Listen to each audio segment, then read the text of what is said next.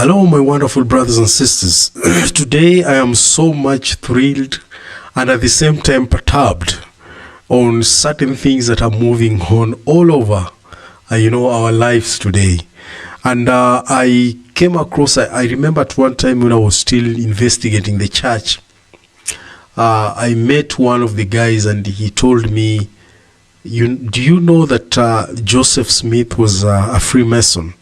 By then, I didn't even know who Freemasons were. I did not even know who Freemasons were. And I didn't exactly, had an idea, even no knowledge about it. So from what he explained to me is that Freemasons are not good people. That is what this guy was telling me. Freemasons are not good people. They are cultic, they are demonic, they worship Satan and all that. So I was like, what exactly is happening? So, and he tells me that if Joseph Smith was a Freemason, then it means the church in which you are in is also Masonic. It's also Masonic because definitely he took some of the teachings of the Freemasons and he started his own organization. And that's why the Masons were not happy with him. And that thing, I remember, it almost put me off. That's why, my wonderful brothers and sisters there, you need to be very, very careful, and you need also to study and learn so that you get to know what the Church of Jesus Christ of Latter-day Saints is all about. Unless you find any wind of doctrine and it will sweep you out. Now, I came across this exploration by one of the guys who is an historian, he says, and this is what he has to say about the prophet Joseph Smith. And without further ado, let me just invite you so that we can see what he has to say. Please welcome.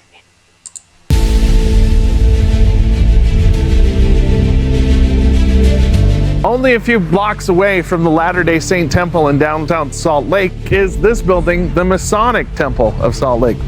Masons are a kind of mysterious organization that not very many people know very much about. You probably only heard of them in movies like National Treasure. But the Masons are an organization that goes back centuries, at least as early as the 1300s, where we have the first records. A number of the founders of the United States, like George Washington and Benjamin Franklin, were Masons. And it's a fraternal organization where men come to buildings like this, where they enter into ceremonies where they promise to assist each other, to help each other, and the motto of Masonry is to help make good men better. Latter-day Saints in the 1840s had suffered serious persecutions. Some of them were former Masons, and they felt like if they connected with the Masons, they might have some friends that could help them out if they got in trouble. And today, we've got the rare privilege of going inside the Masonic Temple, where we're going to film a tour and find out a little bit more about the Masonic fraternity.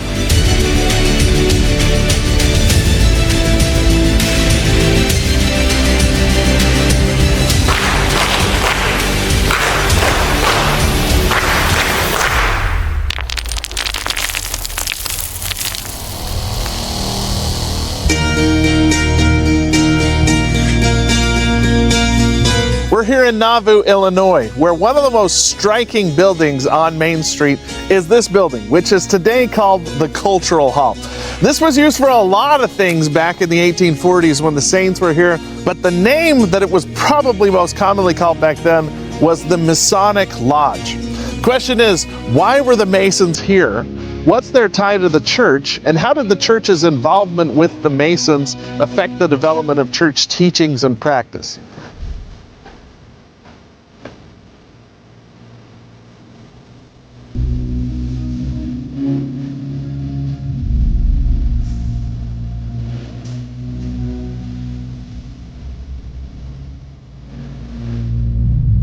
Here on the third floor of the Masonic Hall is where the Masonic Lodge met. They would have performed the ceremonies carried out with Masons. And because of the timing, Joseph Smith is inducted as a Mason in early 1842. In May of 1842, he introduces the Temple Endowment. But there are some parallels between the Latter-day Saint endowment ceremony and the Masonic ceremony. So we're going to take a few minutes and explore those parallels, how they came from, how we explain them, and how the Masons may have influenced the development of Latter-day Saint temple practice.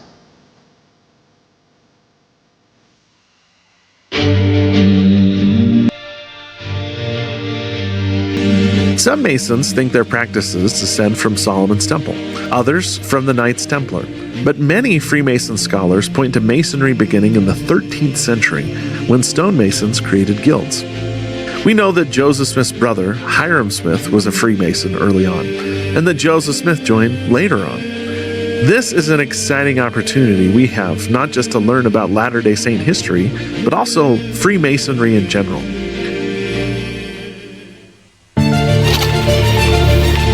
Hi, Lon. Casey, welcome to the Salt Lake Masonic Temple. Today we're touring with Lon Tibbetts. Lon has been a Grand Master and is currently a Grand Secretary. He's also served in the church as a bishop, and he regularly gives tours in the Masonic Temple. We are exploring a little bit about the connection between Latter-day Saints and Freemasons, and I understand you're both. Correct? I am, that's true. You're a member of the church and you're a member of this Masonic Lodge. Wow, can somebody be a member of the church at the same time is a Mason? Yes, I remember Elder and Sister Campus, a couple missionaries who at one time they served during my time when I was a young missionary. And I remember asking them a lot of questions about Masons because I was still remembering the questions that friend of mine told me and the perception that friend of mine had given me about the Masons. And Elder Campus told me that I was once a Mason, even though right now I'm not. But he says he was once a Freemason. And what he told me actually brought comfort and peace in me. And all the worries that I had were actually taken away. And that's why it rings the bell here when this brother says he was once a bishop. He's served as a bishop in the church, and at the same time also he's a member of the Masonic. Interesting. What will people, and I know a lot of people will have questions over this, but let's move on. Yes. And you give tours all the time and you're going to show us through. I am. Okay, we'll lead the way. We're excited. This is the Grand Hall. The Grand Hall. We don't hold meetings here. It's kind of a foyer, if you will.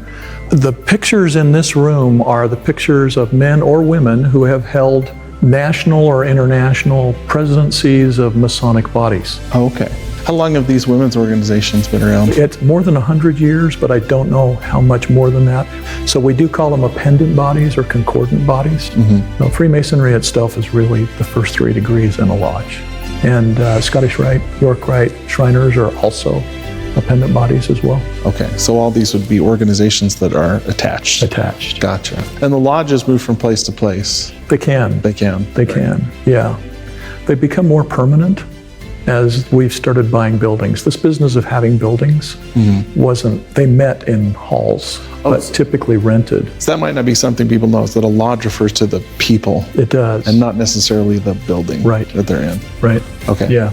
Now this building, you use the word temple differently than Latter-day Saints use it. Explain the difference between those. So the difference between the two, a temple in the Church of Jesus Christ of Latter-day Saints is a place where we go and do ordinance work. And we do degree work in a Masonic temple, but it's built around the fact that all of our myths have to do with the Temple of Solomon. And so lodge rooms are patterned after the Temple of Solomon, those kinds of things. So that's why we would use that word. It doesn't have any religious connotations whatsoever. Is there a religion requirement? Does it matter what religion you're part of? So no, it doesn't matter what religion. We would say that we're not a religious society, but a moral society. Men who join us take obligations to do good things, and there needs to be a higher power that they would hold themselves accountable to if they broke that obligation. You don't have to be a member of a church, but you do have to recognize a supreme being.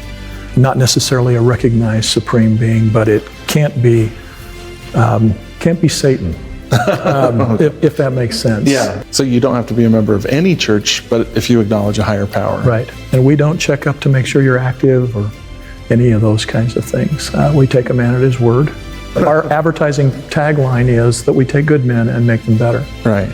We really are very narrowly focused there. You're like the Marines. You're looking for a few good men. A few good men, yeah. Now that we have the basics, Lon takes us into our first lodge room. Oh, wow. So what would this room be called? This is the colonial room. The colonial room is one of 5 different lodge rooms in the temple. Each lodge room is designed differently with its own historical theme.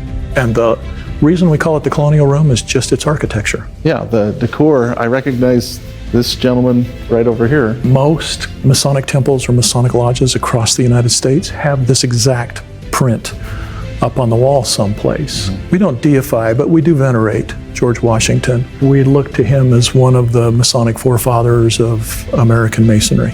Here you've probably seen there's prints all the way in here of George Washington in different settings.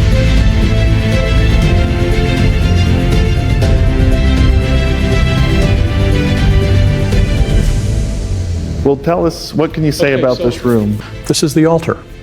We also call it a trestle board. A trestle board would have been a place where ancient stonemasons would have had their plans laid out. There's some symbolism in that for us. What's on this for us is a King James version of the Bible. Oh, okay. It's open to one of 3 different scriptures in the Old Testament that line up with the degree that we would be open on.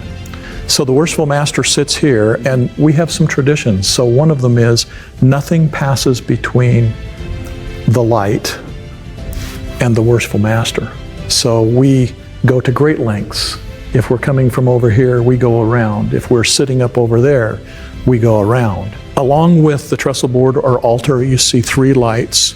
We call them burning tapers. On the other side up here, we have the chaplain. We open our meetings with a non-denominational prayer. We never say in the name of Jesus Christ at the end of our prayers. But the reason for that is because we have all religions represented in a lodge, and we're expecting that the God that they worship is who they're thinking of as we close that prayer. So naming any of them would be inappropriate for us. So is there an amen at the end of the prayer? There is an amen. Okay. There is an But amen. you're respecting the other faiths. Yeah, and we would typically say something along the lines of, in thy holy name. And of course, when that happens, I'm thinking of Jesus Christ. But somebody else might be thinking of the deity they worship. Their deity they worship, yeah. Yes. Aside from the chaplain and the senior warden, there are other officers such as senior and junior deacons, secretary, treasurer, and stewards. There's also one other officer. He's outside that door. He's called a Tyler. He has a sword. It doesn't have an edge on it. He'd probably hurt himself if it did. But he is guarding our door from what we would call cowans and eavesdroppers. So a cowan and an eavesdropper is someone who's not a Mason who's trying to get a look at what it is that we do. Basically us, I guess. Well, we were invited. You were invited. Okay. Yes. Can you tell us about this globe? Or is that part of the decor? So every lodge in this state has 2 pillars. They don't all have stairs, but these are representative of the 2 pillars on the porch at King Solomon's Temple. And they have names, right? They have names. Yakin? Is that right? You tell me. I'm going to get. I actually can't. You can't. Okay. No, I actually can't. Okay. That's one of those. But they can be easily found.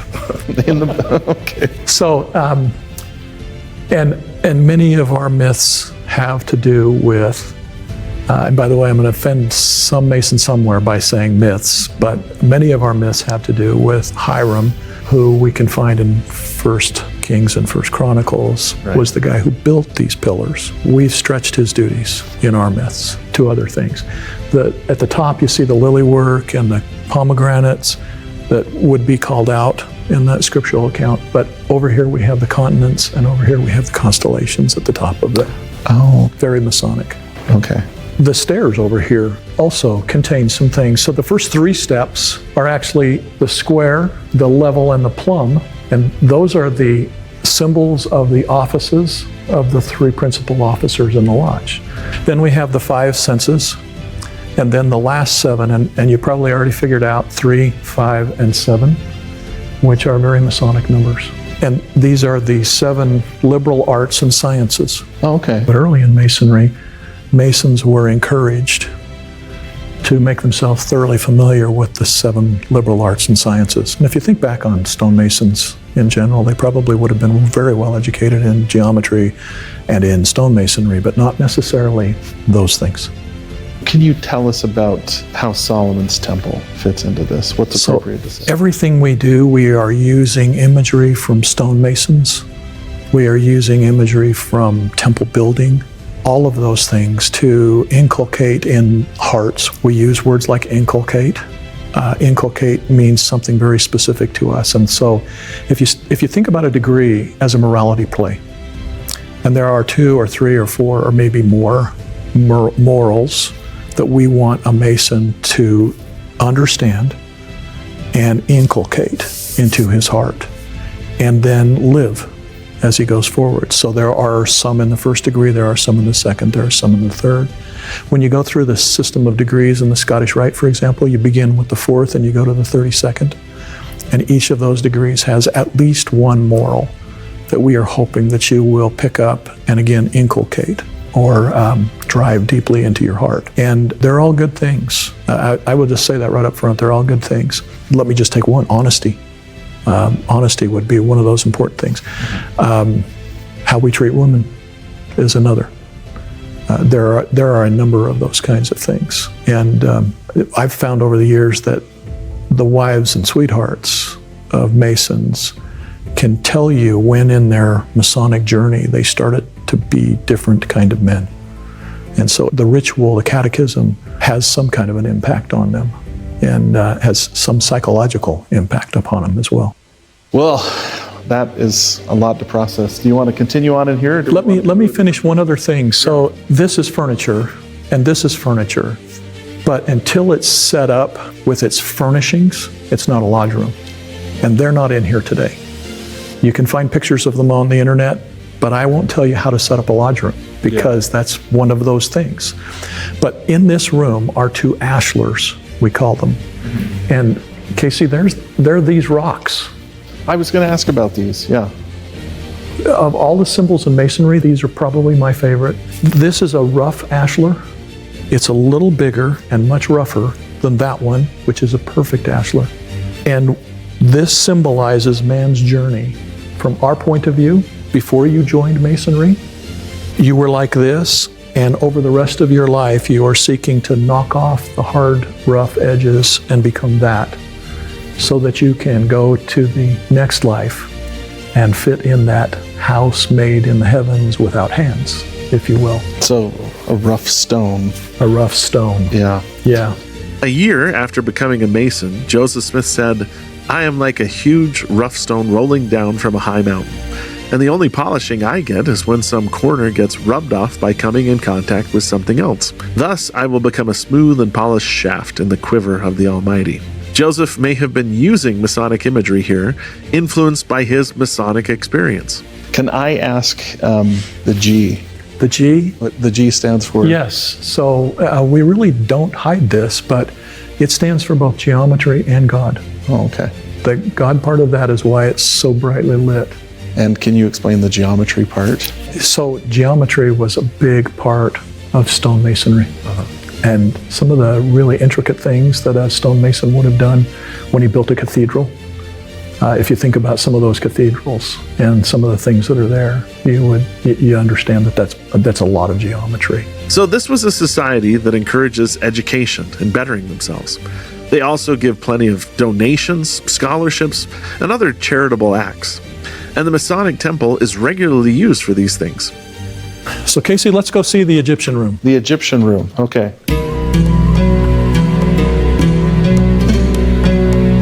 While Freemasons don't trace their history to ancient Egypt, Lon explains that Masons generally say they've borrowed good features from many different cultures.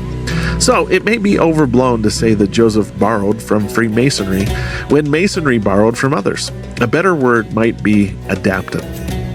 Joseph Smith would say that one of the grand fundamental principles of Mormonism is to receive truth, let it come from whence it may. And since we're coming into the Egyptian room, this is a perfect opportunity to talk about another topic that has to do with ancient Egypt, the translation of the Book of Abraham. Around the same time that Joseph Smith was becoming involved in Freemasonry, he was also finishing his work on the translation of the Book of Abraham with its references to ancient covenants. All of this was part of the background for the introduction of the endowment in Nauvoo. During this time, the Saints built the Masonic Lodge in Nauvoo. This has been restored and currently stands on Main Street in historic Nauvoo. Joseph Smith may have adapted some of the methodology and symbology of Freemasonry and made them part of the inspired ceremonies that take place in Latter-day Saint temples. So this is the Egyptian room, and you can immediately see the same elements. We have the stairs here, we have the pillars. You see both of the stones up here again, the ashlars as well. The altar or trestle board. This one looks more altar than trestle board. Mm-hmm. And then, of course, the lights. The senior warden up over here. Can you tell me about this Yes. inverted star right here? Okay, I can. That's the Order of the Eastern Star, which is one of our ladies' groups. They're very, very large. They have both male and female members in it. The men have to be a Mason to join it. It's also one of those stars that causes people to think that we might be involved in devil worship, and we're not. And Hiram was the Grand Master, right? Hiram was the master. Hiram was the master. Joseph was a chaplain. Chaplain. Yeah. Yes. Explain what that role would be. So that role, so it sits there. So this is an idea from someone named Greg Kearney. And that is that if you've been a chaplain, you've got a different view of a lodge and what's happening during a degree. Because of that you see and the things that a chaplain does, if our degrees had any influence on Joseph at all, it was probably the interactive form of learning that he was watching, the repetitive form of learning he was watching. It's not all the things that I think people think that it is. And are there some similarities? Yeah, there are some similarities. Joseph was accepting of anything that rang true. So when he came upon Freemasonry, one theory is that he saw some truths in its teaching methods and adapted them for the temple. Another theory is that Freemasonry served as a catalyst that inspired Joseph Smith to restore ancient ceremonies that had previously been lost or corrupted. We don't know the exact answer to these questions, but certainly Freemasonry was part of the context that the temple ceremonies were revealed in. While there are some similarities, there are also important differences. In Joseph Smith's time, Masonry was a fraternal order consisting only of men. Latter-day Saint temple ceremonies involved both men and women. While Masonic ceremonies focus on specific stories from Masonic lore, Latter-day Saint temples tell the story of Adam and Eve and their redemption through Jesus Christ. The covenants made by Latter-day Saints and Masons are also very different. One scholar linked about 10% of the endowment to Masonry. The rest comes from the Bible and other scriptural sources. We then go from the Egyptian room to the biggest room in the Masonic temple. Holy cow, I had no idea. Yeah. Something this huge. Yeah, this is one of those take your breath away kind of rooms. Yeah, wow. So this is the auditorium. It is used for Scottish Rite degrees, but also for other events. When we install a brand new Grand Master every year, it's a public event. It's one of the few ritual things that we do as Masons, that we open the doors and let the public come see. The rectangular part of this floor down here, we can turn into a lodge room. And when the Grand Lodge meets, we turn that into a lodge room. But above our heads, here are 103 drops. And those drops are all hand-painted. But those 103 drops will create everything from a Scottish war camp to King Solomon's temple being built or destroyed, or his throne room, or being rebuilt, a German forest, a lot of those kinds of things. And those are used as backdrops for the 4th through the 32nd degree in the Scottish Rite. Interesting. And the disc up above is supposed to represent the sky, the night sky above Salt Lake. And there's a robe room around the corner where costumes that have been made are used for those degrees. And there's another room around the corner for the props that go with them. And so backdrops, props, we have music. I had no idea it was this complex. Yeah. Wow. Lott estimates that about 10% of Masons in Utah are Latter-day Saints. Today, it is accepted for Latter-day Saints to join Freemasonry, but it wasn't always this simple. The tensions between Masons and Latter-day Saints have a long history, so Lon takes me to a back hallway to explain some of that story. This is our wall of all of the past Grand Masters of Utah. So the first Grand Master we had was A.O. Strickland. And A.O. Strickland was a federal judge who had been appointed and sent here by Ulysses S. Grant to lock up polygamists. Okay? Yeah. And many of the men who were federal officers that were here, that was kind of their background. And I was giving a tour one day and I was talking about A.O. Strickland, and I made this comment about him having been a federal judge who'd been sent out here. And I'm listening to myself say this, and all of a sudden I went, well, of course the church didn't have a great relationship with these guys. These are the guys sending our prophets to prison. So of course there was this going on. Yeah. And it doesn't have to be any more complicated than that. It wasn't until about 1984 the Masonic organizations in Utah accepted Latter-day Saints as members. Lon takes me up several flights of stairs, through some hallways, past some epic art, and into what is known as the Gothic Room. While Masonry doesn't care about your religion, it has different orders and ceremonies linked to Christianity, and this room is usually used for those. So one of the differences, first of all, You got this backdrop. yeah, Worshipful Master sits up here. We'd still have stairs. They're not marked. You'll notice that there's no pillars in here. If we held a lodge meeting in here, we'd have to bring pillars in. There's no stones in here. We'd have to bring ashlars in. Typically, this is used for Yorkite meetings, and when a lodge will install a new master every year, they'll use this for the installation of that, and the public sits up here. Also, public people could come to that Come to that sort of meeting installation too. as well. Okay. So Casey, last room. Yeah, last room.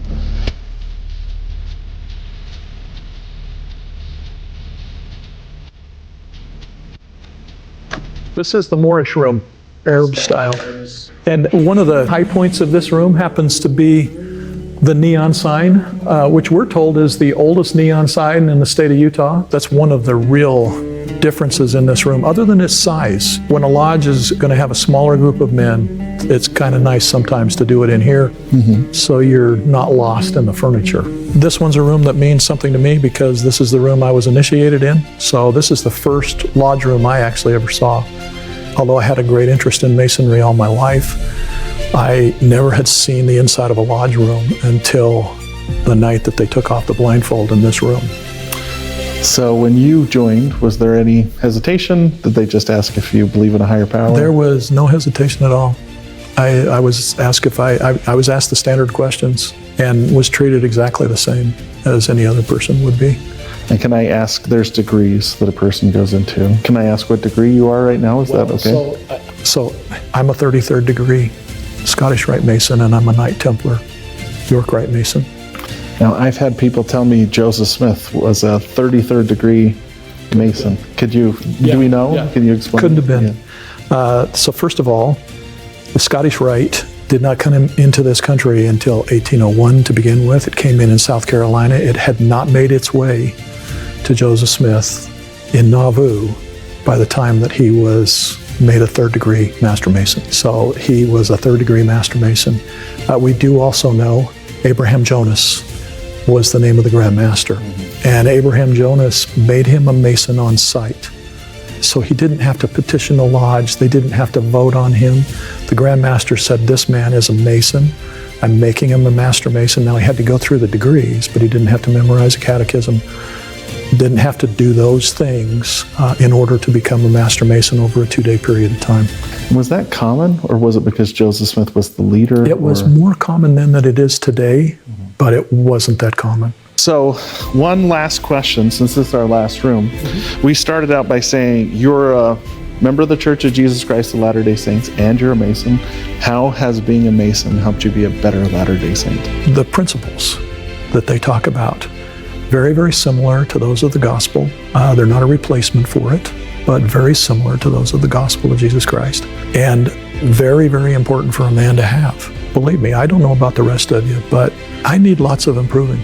I'm a very flawed man. I'm working at becoming better. I would say that what I do in an elders quorum these days, what I do in my ward, the callings that I have, the things that we do when we go to the temple, my wife,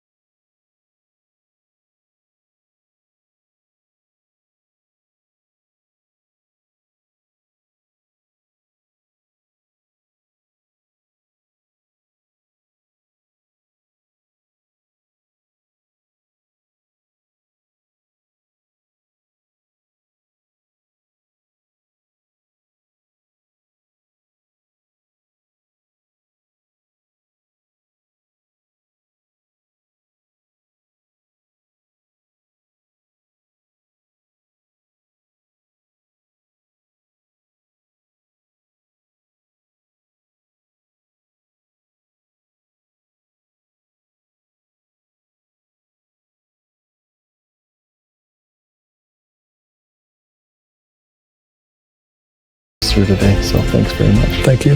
This proclamation is made from the east, from the west, from the south. Once, twice, thrice. All interested, take due notice and govern yourselves accordingly.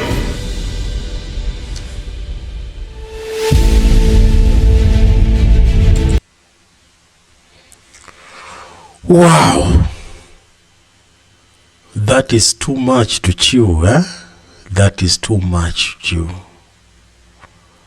These are some of the things that people will have questions outside there. And it is good that we talk about them and we open up so that people understand what exactly is going on. The other thing is that there is a perception, especially in my country, Kenya, there's a perception that Freemasons are not good people. They are actually, connecting this organization with Satanism. They are, connecting this organization with Satanism and all that.